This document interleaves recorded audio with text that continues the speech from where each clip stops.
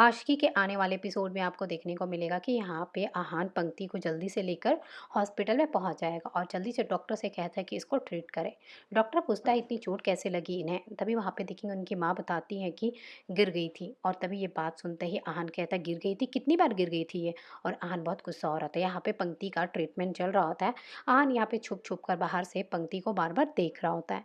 यहाँ पे देखेंगे आहान बहुत गुस्सा होता है अनीता के ऊपर और कहता है कि आप पंक्ति से दूर रहेंगी, जब तक पंक्ति ठीक नहीं होती है तब तक आप पंक्ति के करीब नहीं आएंगी। यहाँ देखेंगे पूर्वा भी अनीता को सुनाती है और बोलती है कि आपका जो पहला प्लान था ना वो फेल ही हो गया।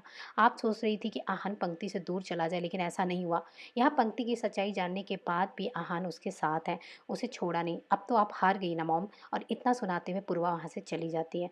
यहाँ देखेंगे आहान अनीता को भी दूर रहने के लिए कह देता है। तभी देखेंगे अनीता बहुत ज़्यादा गुस्सा होती है और सोचती है ये चाचा और भतीजा का कुछ करना पड़ेगा, दोनों कुछ ज़्यादा ही अपने आप को समझ रहे हैं, मुझे ही अब कुछ करना पड़ेगा। और अनीता यहाँ से गुस्से में निकल जाती है। घर पे देखेंगे अपर्णा बहुत परेशान हो रही होती है और यहीं पे आप देखेंगे शीतल उसे समझाने की कोशिश करती है और कहती है परेशान मत होइए, पर अपर्णा कहती मुझे लगता बात कोई और है, पंक्ति ऐसा नहीं कर सकती है। तभी वो कहती हो सकता कि पंक्ति की चॉइस कुछ अलग होगी, आहान उसका चॉइस नहीं होगा। मानती हो कि आहान क्यूट है। तभी यहाँ पे जेडी पहुंच जाएंगे और कहेंगे कि क्या हो गया आहान को, घर में पार्टी भी नहीं हो रही, मुझे तो लगा था इस घर में पार्टी हो रही होगी। तभी वो लोग बताते कि नहीं, ऐसी कोई पार्टी नहीं हो रही है, क्योंकि आहान को उस लड़की ने मना कर दिया। तभी कहता है उस लड़की ने आहान को मना कर दिया, मेरे भतीजे को, ऐसा कैसे हो सकता, उसका नाम बताइए वो कौन है, मैं उसे नहीं छोड़ने वाला। यहाँ पे देखेंगे कि अचानक से यहाँ अनीता फ़ोन करती है और जेडी को सारी सच्चाई बताने वाली होती है, लेकिन उसका फ़ोन शीतल ले लेती है और शीतल ले लेती है और उनसे बात फिर नहीं हो पाती। वो सोचती है चाचा भतीजा का अभी मैं मज़ा निकालती हूँ। यहाँ देखेंगे कि अब पंक्ति को होश आ गया होता है और जैसे पंक्ति को होश आने वाला होता है,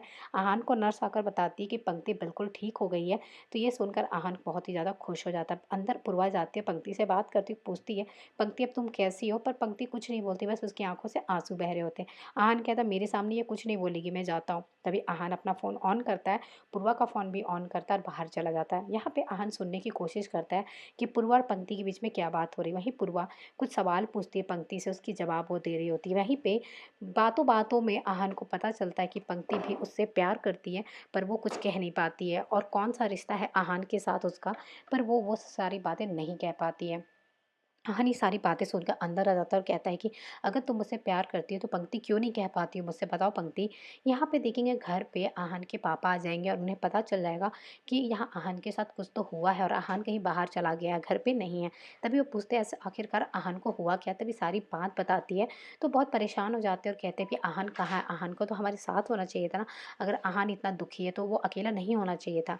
यहाँ देखेंगे आहान जाकर पंक्ति से सवाल करता है कि आखिरकार जब तुम मुझसे प्यार करती है तो बता क्यों नहीं पा रही हो पंक्ति, बताओ तुम्हारी कौन सी मजबूरी है और वो कौन सा इंसान है जो तुम्हें इतना परेशान कर रहा है, बताओ मुझे। तभी वहाँ पे पंक्ति सोचती है कि बताऊं कि ना बताऊं, सारी बातें सोचती। तभी वो अचानक से पूर्वा की तरफ देखती, पूर्वा भी उसे इशारे में बोलती है नहीं बताने के लिए।